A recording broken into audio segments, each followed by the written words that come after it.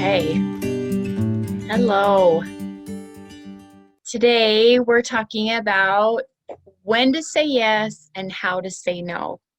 And the reasons these are just so important is because a lot of times when we say no, we're not always telling the truth. We actually want to say yes, or when we're saying yes, we actually want to say no, and when we say no, we start feeling guilty. And so this is kind of how to be a heck yes or a heck no and just feel really good about either one, not have like the backlash of guilt and frustration and resentment. So I'm thinking of like the exhausted, tired moms who are trying to take care of themselves, they're trying to take care of others, they've got kids. And when one more person asks them to do things, it may like, instead of like what we hope shows up, like, yes, I would love to, it's more of like a, oh my word, am I going to be able to handle this? And running down ourselves. And we may keep saying yes to someone and worrying that, and not saying no because we don't want to hurt someone or don't want to see someone struggling. And sometimes a no may be meant with like the silent treatment or anger. And so we say yes just to avoid that kind of backlash. And sometimes we may like say no and then beat ourselves up and feel guilty and feel ashamed. And the way we talk to ourselves is really judgmental, like, I shouldn't be like this, I shouldn't do this. And knowing that we want a better way, but having no idea how to do it. And a lot of times when we keep saying yes to others, we keep saying yes to others and putting our own needs on the back burner, we start getting tired, we start getting sick, and we don't give ourselves permission to rest, or wait for other people, wait until we are so obviously run down that we get permission from someone else, or grant ourselves finally permission to rest, because we know that we're going to get sick if we don't, or we're already sick. And we want to be able to hit it before the point of causing ourselves sickness or exhaustion, or those meltdown moments that we have when we're feeling so tired, so irritable that we just can't even manage our brain around just normal life. And we want to avoid counting on others to notice that we're tired or need something so we don't have to ask, or having to complain, or wearing down it until it's so visible that we get permission from someone else. We really want to have the ability to have our own back and take care of ourselves, like the mom who's falling asleep at the table or crying at the small things. So when I ask you, like, if you are this person, who takes care of this girl? Who's taking care of the one who's taking care of all the other people? And I want you to notice that if you say someone else, like, I'm really glad you're here. If you're thought about like my husband or my mom or my mother-in-law or my neighbor, if these are the people that we're hoping take care of us when this girl gets run down, like, this is the right place to be. So here's kind of what it lines us up to do. If we're giving and giving and giving at our own expense, it often decreases intimacy, because we are often lying. We're not telling the truth when we say yes. And when we say no, we lose connection with ourselves. And we may try to be nice just to look nice or seem nice, but when you look at it, lying is not nice. And when we're lying and pretending like we're heck yes and we're not really accomplishing the purpose of being a truly nice person who's giving a good holy offering. Because a lot of times we have some morality that comes into this. It's a righteous thing to do, it's an unselfish thing to do, to say yes. But we've got to look at both sides. Is it actually a righteous, holy thing to lie and pretend? And then creating more fatigue and needing more help from others, so that we're going in circles. We're taking care of neighbor Jones so that neighbor Jones can take care of neighbor Smith, and then neighbor Smith has to take care of us. And if we were all just stop and take care of ourselves and then be able to help others from our overflow, what we do give is way, way higher quality. I love the I love the saying that we need to fill our cup so well that when we're giving to others, we're giving from our saucer. We're giving from the overflow. So what I'm hoping that you'll get from this, if you do this webinar and work along with it, the purpose is to help you to get where you understand why you're answering how you do. What is your reason? And this reason of why you're answering the way you do is the reason that keeps you stuck. So you'll be able to see exactly why. And then give you the opportunity to ask yourself, do I like my reason? This isn't to convince you to say yes or convince you to say no. It's to show you how you can make really, really good decisions and feel 100% good about the reason you're making those decisions. And then when you say yes, you can be 100% in and serve and feel really good about what you're doing. And when you say no, make the decision to do that, you get to learn how to say it and then how to take care of yourself after you say your truth out loud, which is a lot of times where our trouble comes up. We start feeling guilty and even if other people are good with us, we're not always good with ourselves. We're exhausted and upset and sometimes resentful. So when we're trying to see what our reasons are, we want to be thinking about these kinds of questions. So if you're following along, what I'd like you to do is go ahead and answer these questions for yourself. I'll leave just a little bit of time as if you and I are coaching together to go ahead and write out the answer. And so that you can have the insight and the awareness and have record of how we work our way through this process. And at the end of this, I'm going to give you a worksheet of exactly how to do this. So to walk you through the process. So what are some of the reasons we say yes when we mean no? That means that when we say yes, but we have like that cringy feeling inside, really reluctant, hesitant. And then once we start, we're usually like hating it and resenting it sometimes. And then I also want you to think about the question, what will happen if I say no? What we're getting down to is what are the reasons?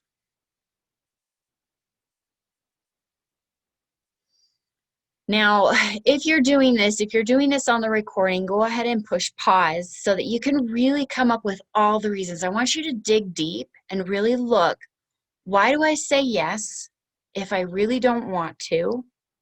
And what do I believe is going to happen if I say no? And what you'll probably find is these go into two categories. You're going to have the I wills and the they wills. For example, what will happen if I say no? They will get angry.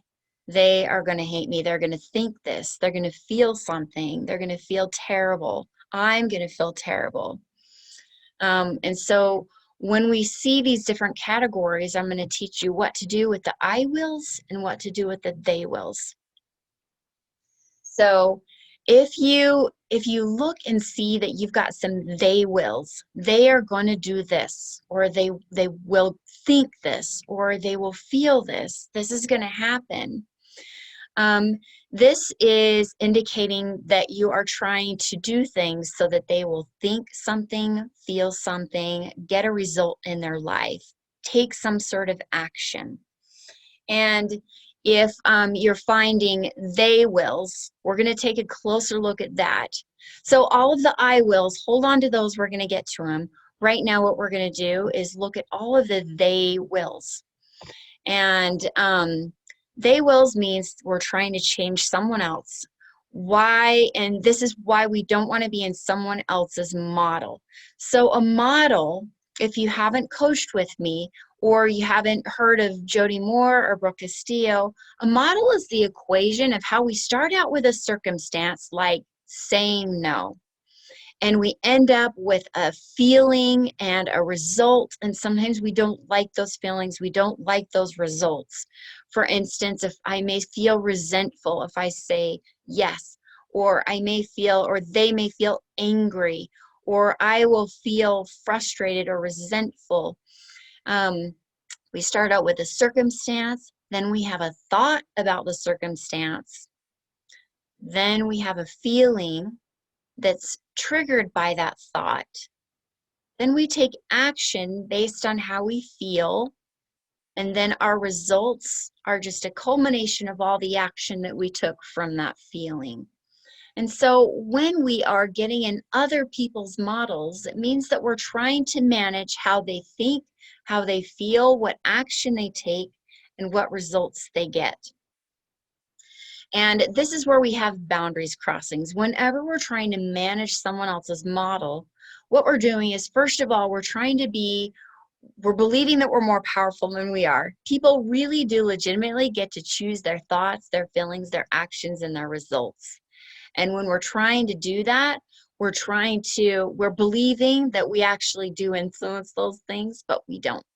So, and the other thing is that it sets us up to take action from a more manipulative place. We're using their thoughts, their feelings, their actions, their results to create a feeling in ourselves. So our models, our very own models that no one else gets to influence, starts with a circumstance like saying no, and then we have a thought, then we have a feeling, then we have an action, and then we have a result. So what we want to do is take complete ownership of our own model and be really mindful of not taking ownership of someone else's. So when we want to feel good and 100% on board, willing to serve, happy to serve, or if we're feeling guilty, all of these indicate that we're having thoughts that are creating those feelings.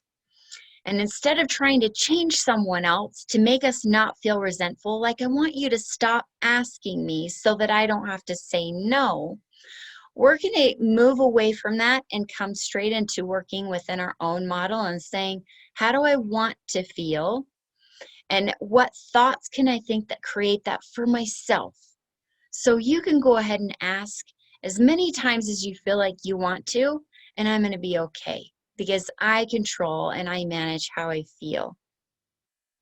So this helps us take responsibility and not give responsibility for how we feel to anyone who isn't capable. Our kids aren't capable of making us feel good or bad. Our neighbors aren't capable of making us feel good or bad. Our spouses aren't. And so if we're feeling guilty or resentful for saying yes or for saying no, that's ours. It's because it indicates that we're thinking something that isn't serving us to feel good. So here's where we start looking at my reason. Is my reason to change someone else?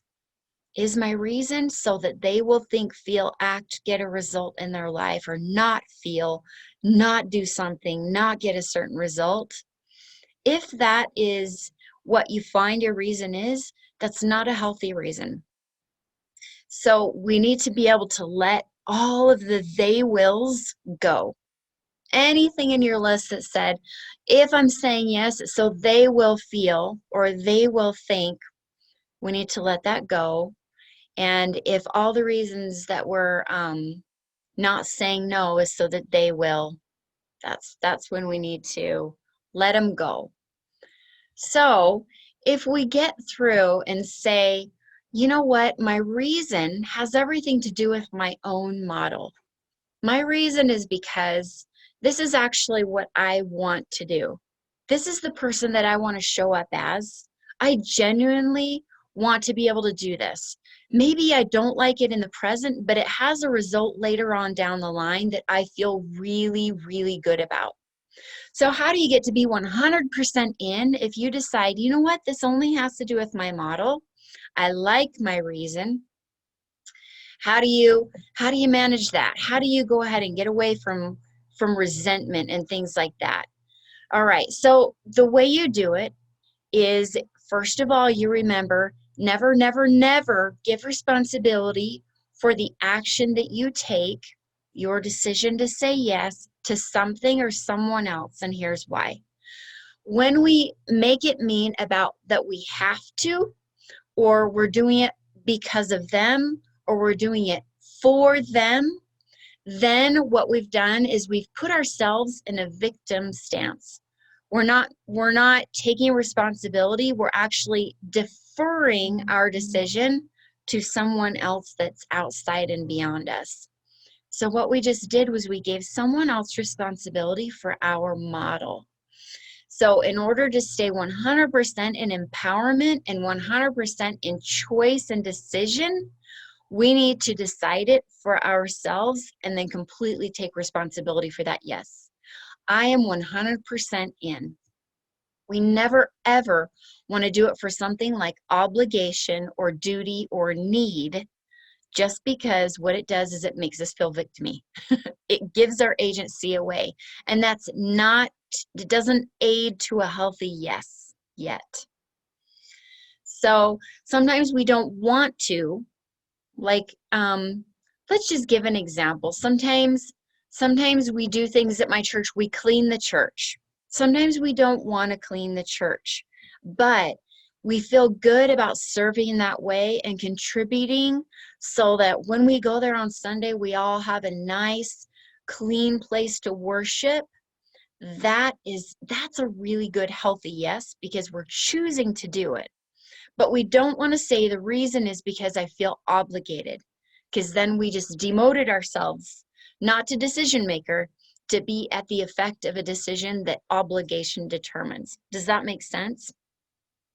So the way to be 100% in is to choose it. Let yourself talk in this way. I want to, I choose to, this is the person I want to be. Sometimes we don't want to pay our phone bill, but we want to have service. We want to have our cell phone service. And so we actually do want to pay our cell phone bill. We do. We choose it.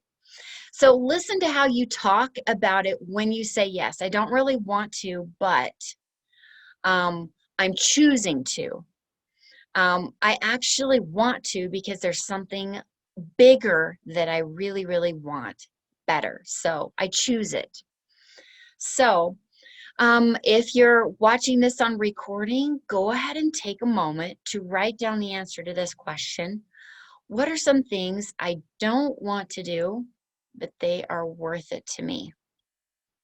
Something that in my life that I don't want to do, but I often choose it, is I don't like bowling. I'm not a fan of bowling. I think it's a dumb sport in lots of different ways, but I don't like the noise and I usually end up with a headache and I'm not good at it and I don't think it's fun. But a lot of times when I'm being asked to go bowling, I'm being asked to go with someone that I love to be around. And so I want to make sure to stay in a position of empowerment that I am choosing it. I want to go bowling to be with my people. I want to be with my people, and they're at the bowling alley. So I go to the bowling alley. I want to bowl to strengthen my relationship, to be present when I see those moments when maybe my niece or my nephew does the gutter ball or gets a pin and I get to celebrate with them. And so what I've done is I have not allowed something outside of me to take my power away. It gets to be on us to choose it. So as we say yes, remember to listen to how you talk about it in your head and to other people. So if we're ever saying, I have to do this or I need to do this, we just recognize that we have put ourselves in the passenger seat rather than the driver's seat. So on your own time, as an extra, I'd like you to take just a really quick inventory about what are some of your thoughts about wants, because this is something else that we just don't give a lot of credit to. Wants they must be trumped by something bigger. So I want to stay home instead of going to the bowling alley. That's going to feel a lot of times really uncomfortable. If I'm doing something like I don't want to do the school volunteer time. I don't want to go to the play that my friend is in. something like these, watch really carefully about how wanting is often not good enough. But I'm going to make a case for allowing it to be good enough so that you get to choose it. Um, so if you say, what do I believe about wanting something for myself, wanting self-care, wanting to say no, see what comes up as far as, do I believe that it's a selfish thing? Do I believe that it's an immature thing? Do I believe that it's wrong? Do I believe that it's unrighteous? Because these are the things that are going to keep us from allowing ourselves to do things or not do things because we want to. So, let's say that, okay, you know what? Sometimes we'll be in situations where we'll get to choose. For instance, I don't want to clean up after my kids outside, but I don't mind putting dishes away or putting other people's shoes away. And so this, if I were to believe that it's wrong or selfish to not want to clean up messes or allow my adult kids to store things in my yard, what I'm going to come up against is the thought, but that's wrong. You really should. You're not a good mom if you don't let your kids store their things at your house. That's what moms do. And so this is where I get to pick up on what thoughts are creating the feelings of either resentment or judgment about myself saying no. So let's just say that you've decided that you want to be a no. I genuinely don't think I can say yes and feel good about this. I'm going to say no. Just as a side note, this is something that's going to take practice doing wrong. And I say wrong with like these little quotation marks because I don't really believe there's a wrong way. There are ways that we're going to feel good about and ways that we're not. And we're going to need permission for ourselves to be able to try them all on and maybe do it poorly. And take notes and evaluate and say, okay, what do I not like about how that happened? What can I do differently next time? And consider each time a practice, each time an attempt of saying no, so that you can get really good at it and really get a feel for what you like and what you feel good about and what you don't. So this is where we're going to come up against the I wills. If I say no, then I will feel guilty.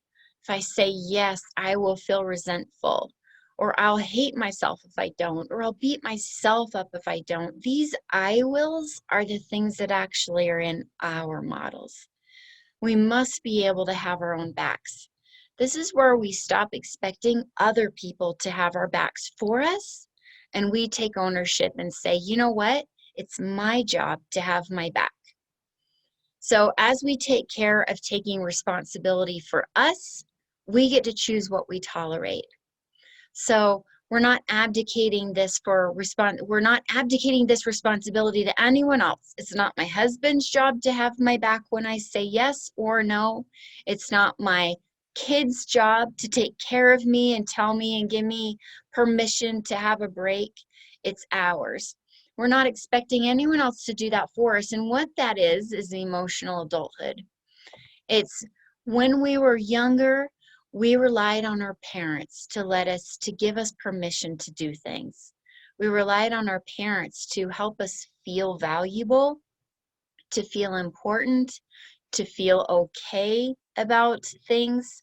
But this is where we're not going to have other people managing our models anymore because it doesn't serve us well. Other people are not nearly as capable as we are of taking care of ourselves. We know what we need if we stop and listen. So this is where we start saying no and then have our own back afterwards. Here's an example of how to say no. No, and I love you. So what skill that takes is saying truth and then letting go of trying to manage the model afterwards. No, and I love you. They may be upset. They may be fine, But either way, it's totally their model, their thoughts, their feelings, their actions, and their results. And so we need to let go of it. I just want to point out something super interesting that I noticed about this. I love you, so no and I love you. When we say no, we often say, no, but I still love you. No, but, as if they're mutually exclusive. Do you notice that there's a hesitancy? No, but I love you. As if there's some belief that we can't love someone and say no. What about I love you and no? I love you and keep your stuff in your own storage unit. Or I love you and I'm going to let you pick up your own shoes. I love you and I'm not going to be volunteering at that event. It doesn't need to be a but. So after that, then letting go of they wills. Oh, they might feel angry. They might feel great. So it means they get to choose to feel however they choose to, and they get to think however they choose to think, which means they may be thinking that you're selfish, and they may be thinking that you're a terrible person, and that's okay. It's okay. And you get to go ahead and think what you're going to about yourself for saying yes or saying no. So they get to do, say, act, they get to create results, and we're going to let go of control because that's exhausting. We don't have to manage their models anymore. And I know that this can feel really scary, and then it can feel very freeing because trying to manage other people's thoughts, feelings, actions about us and about our actions and our feelings, it's exhausting. It's tiring. And we're already taking care of a lot of different people. And when we let go of that, we get to lighten our load. We're going to lose weight. Just by letting go, we're going to lose emotional weight. So it's okay. It's okay if they misunderstand you and you may feel sad, but you have your own back and you can be there for you and you can feel sad and love someone and say no all at the same time. And also, when you recognize that someone else is saying no to you, you recognize that they just were honest with you. How kind of them. How kind of them to be 100% honest and be genuine and trust you to be able to handle your stuff about it, right? Now, when we say no, here's a benefit, is that we get to show them our true self. We're not pretending anymore. This is real me opening up, and I'm going to let you see exactly who I am. And then they have the opportunity to have a more intimate connection with the real us, not a pretend us. If they stay, oh my goodness, they're keepers. Look at, they're people who totally accept us even when we say no. And those are people that we would love to have around. If they're the type of people that get angry and frustrated and leave, if we're the type of person that says no, then maybe they're just not our people. Okay, and maybe they can still be our people and we can be okay if they're angry. So something that's going to be really key in doing this is recognizing that who you want to be is going to be more important than how you make this happen. The who before the how. And so I'm gonna list some questions that I'd like you to really ponder and journal about, because these are going to be even more important than how do I say it? How do I say no right? Or how do I say yes right? Okay? You need to know who you want to be in this moment, and the rest will come much more naturally. So, who do you want to be? What kind of person do you want to be? How do you want to feel toward the other person? Because remember, we are in complete control over that. We're taught that the reason we feel a way about a person is because of how they act, but that's not true. It's because of our thoughts about how they're acting, and we can change those. We can go ahead and choose to believe, oh, they may not understand. and that's okay. They may think I'm selfish, and of course they'll act that way if they're thinking that. They may just be having a hard day. It may be hard for them to hear no. They may be people who don't say no. That's okay. Okay? All right. How do you want to feel toward yourself when you say truth like that?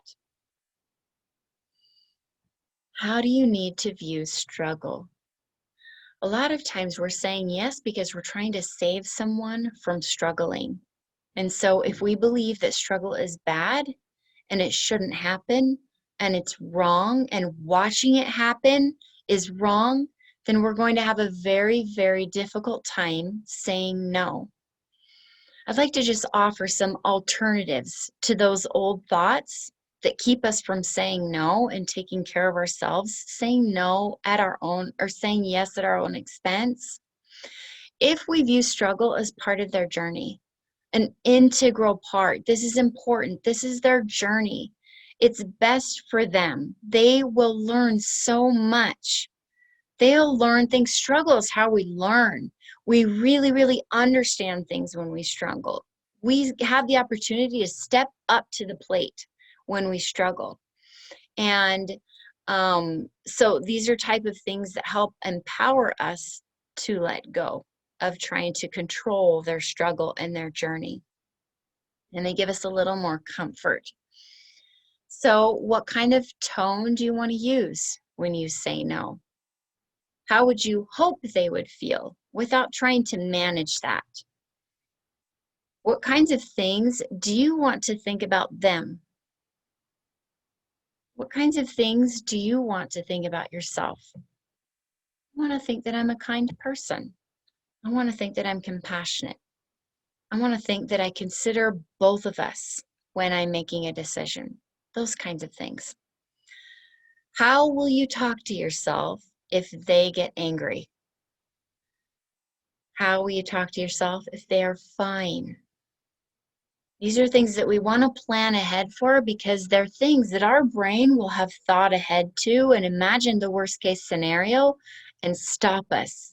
Before we say no, our brain's going to be all the way ahead of that. They're going to be like, nope, because we've relied on these default programs that keep us in habits that aren't necessarily good for us. And these are the kinds of things that help us move past these habits, is thinking ahead at what kinds of obstacle thoughts that may come up that we can preempt so that we can create new thoughts that will help us go forward. All right, so I'm going to give you kind of a template of what you can do when you have a conversation that involves saying no. The first thing before any words are uttered, you need to come clean. What I mean by coming clean is making sure that your answer will not have anything to do with changing them at all or manipulating them. See where you're giving your power away through blame or expecting them to provide emotions for you by acting away or thinking away or feeling a certain way. So choose how you want to feel and create thoughts that make that happen, regardless of what their answer was. And if you find that that's tricky, then please call for a consult. I can help you with that. Otherwise, just go ahead and the next thing will be saying your truth. I honestly don't want to go. Or I honestly don't want to go and I'm going to come because I love you. I love you, even if I don't love bowling. Okay? You need to give yourself permission to think, feel, and act, and give them permission to think, feel, and act in your mind. It's okay. Fine if they get angry. That's okay. There's nothing wrong. I don't need to mirror it. I don't need to reflect it, and I don't need to take it on. I get to choose to feel okay, even if they're not. Totally fine. Okay, so here's a question that I often use with my clients to do like a little self-diagnostic. How will you know if the conversation went well? Think about that for just a second. Ask yourself, how am I going to know if that was a great conversation? If that was a success, if my no is a success, what does that look like? Okay. If it has anything to do, if it starts with the word they or he or she, I'm going to go, nope, start over. We never want to determine how our results went based on someone else's thoughts, feelings, actions, results. So if we want to say, I know a conversation went well if they didn't get mad, or they felt good, or they understood, then we need to come back. We've gotten in their model. We want to determine if a conversation went well if we feel good about how we showed up. Stay 100% in our own model. How did I feel while I was doing it? Did I manage my thoughts? Did I manage my actions? Did I create results that I feel really good about? Am I proud of myself? Did I do something brave? Did I do something kind and compassionate for both of us? Did I consider both of us? These are the things that we want to be basing how well the conversation went on. Okay, please never use the other person. It's so hard. It's so hard to get to a healthy place if you're using them to determine how that went. How do you want to be in this situation will be the main question. The who before the how. And what you're going to need to do after that is access compassion for yourself. Take a loving care of you. The reason you're feeling however you feel after you say a yes or after you say a no is completely because of the thoughts that you're thinking. What are those thoughts? Listen without any judgment and realize there's a reason for those thoughts. There's a reason. Don't tolerate self-assault. If you hear anyone in your mind saying that was a terrible thing to do, you deserve bad treatment for that. That was a terrible decision. Okay? You have the ability to stand up and be like, don't talk to my girl like that. No, we're not going to do this. We've done that. That's how we've done it in the past, and we're moving on to a new program. This is the program that I wrote that says we take care of this girl or this guy. We take care of ourselves. Not gonna beat up on her anymore. And we also give ourselves permission to make mistakes. We take attempts. We make attempts. We make attempts that we don't like, and we make attempts that we do, and then we can just afterwards think about what worked, what didn't work, what can I do differently next time, so that we can continue to improve and use each conversation, each yes and each no, to help us make good decisions next time that are even more and more truthful. So, as you're thinking about this, I know it's a scary thing to do sometimes, but let's just imagine what's possible for you.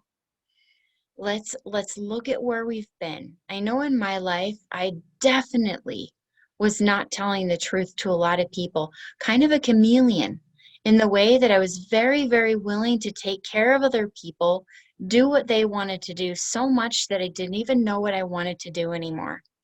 I didn't know what I liked to do for fun because I was so used to doing what other people did for fun. And when someone else would get angry with me and get angry when I would say no, maybe I just couldn't. I found out, like, as I was a young parent, I didn't know that I had an autoimmune disease that was creating a ton of fatigue. I didn't know why I was tired. Just there were some times that I knew that I couldn't go anymore without causing damage. And so my no's would often be met by some of my kids with anger or frustration. And so I would reflect that back on myself and be talking to myself the same way they did inside my mind to try to motivate me to get up and to stop putting myself first and stop feeling like I was neglecting my kids or neglecting someone else or not being righteous and not being the kind of mom I thought I needed to be. So all this did was create more exhaustion, more guilt, more fatigue, and was just very, very hard. And when I first started hearing these thoughts in my mind, it was a surprising event, and then it was a very, very much of a relief, because then I was finally starting to be in my own corner, take care of myself. And I still learn, I'm still learning, but each time I make a decision to say yes or say no, and then have the even more valuable experience of having my back afterwards, I learn more. It takes a lot of bravery to open up to true 100% genuine love, which is truthful. It makes increased intimacy with other people and ourselves. We have a greater relationship with ourselves. We become stronger in lots of different ways. We become stronger physically when we can take better care of ourselves. We become stronger mentally and emotionally when we back ourselves up and develop the skills of self-care and good self-talk, and stop beating ourselves up, stop blaming others and giving our power away, having the ability to feel comfortable in our own skin, saying yes or saying no, not hiding anything, teaching others how to treat us well, teaching our children what to allow into their lives, not to be afraid to feel, not to be afraid to try and to fail, not to be afraid of the backlash of what may happen in my brain afterwards. This is available to everybody. And so I invite you to go ahead and use the things that we've talked about here and develop the skills of saying no and being a heck no and being okay with it. No, and I love you. Or being a 100% yes and feeling so good about how you're showing up, and be able to do things without it being to your detriment. A lot of times we're so there. We would never ever say to our friends, hey, where do you want to go out to eat? What do you love to eat? And they say, I love spaghetti. And we're like, so what? I'm gonna have steak. Here's what we're having. We're having steak. We don't do that to other people, but we're doing it to ourselves when someone else says, do you want to do this? And we think no and say yes, totally throwing ourselves under the bus. So no more throwing under the bus. So if you need extra help on this, I have one-on-one coaching that's designed to help people do this. It helps you figure out, who am I? Who do I want to be? If we've been being chameleon for so many years, a lot of times we have no idea what the answer to that question is. I don't know who I am. I don't know what I want, and I don't even know what I like. This is the fun part where we get to discover a new friend, and it's us, a new friend in ourselves. We get to talk about, why am I doing this? Why is it even worth it? Because if we don't know why we're doing it, it's so easy to quit on the way. It's going to be like, it's going to feel like, well, I'm just going to keep saying yes because I don't even know why I would do this. It's just going to be terrible when they get angry. And so we've got to have a really good end game in mind so that we don't have to rely on willpower and bullying our way through things. We know why. We get to relax into it. You learn how to feel, how to comfort yourself, how to listen to yourself, and how to reestablish an emotional relationship with yourself.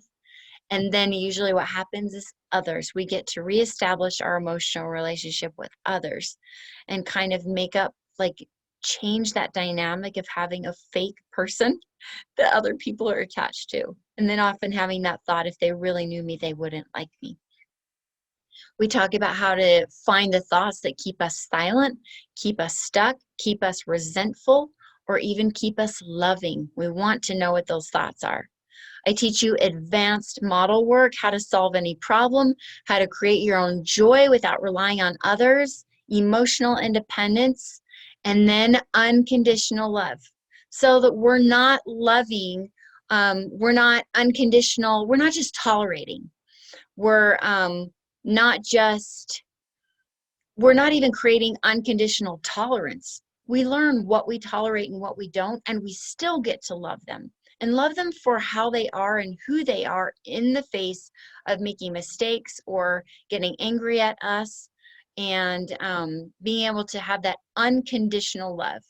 We learn about playbooks, which is exactly how we make ourselves miserable, and boundaries, like how to stay out of others' boundaries, how to keep control of yours, how to do self-care, how to apply these things in your life. Now, if this is something that you're interested, message me and or email me that you want to consult. It's very easy to get hold of me. Just push the message button. All right, and before I go, I want to just answer a couple questions that I got via email or people that I was talking about that I was doing this with.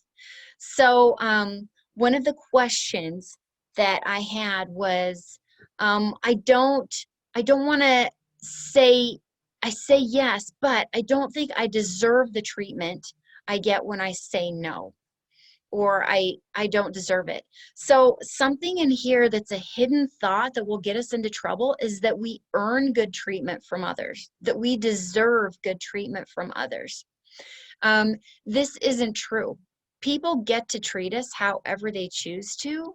It's not a matter of earning it. We all are valuable, but we have the prime responsibility of protecting ourselves, because other people, we really can't control that, how they treat us, how they act towards us. What we get to choose is what we tolerate, and what we say yes to, and what we say no to, and what we expose ourselves to. And so we don't get away from the thought of deserving good treatment. I deserve my own good treatment, and that's how I take care of myself and protect myself from other treatment that may not be good for me or healthy. All right, someone says, I want to say no, but I have thoughts about myself that are so terrible. Like, I should take care of others. I'm not righteous. If I had faith, I would never say no, and saying no is a selfish thing to do.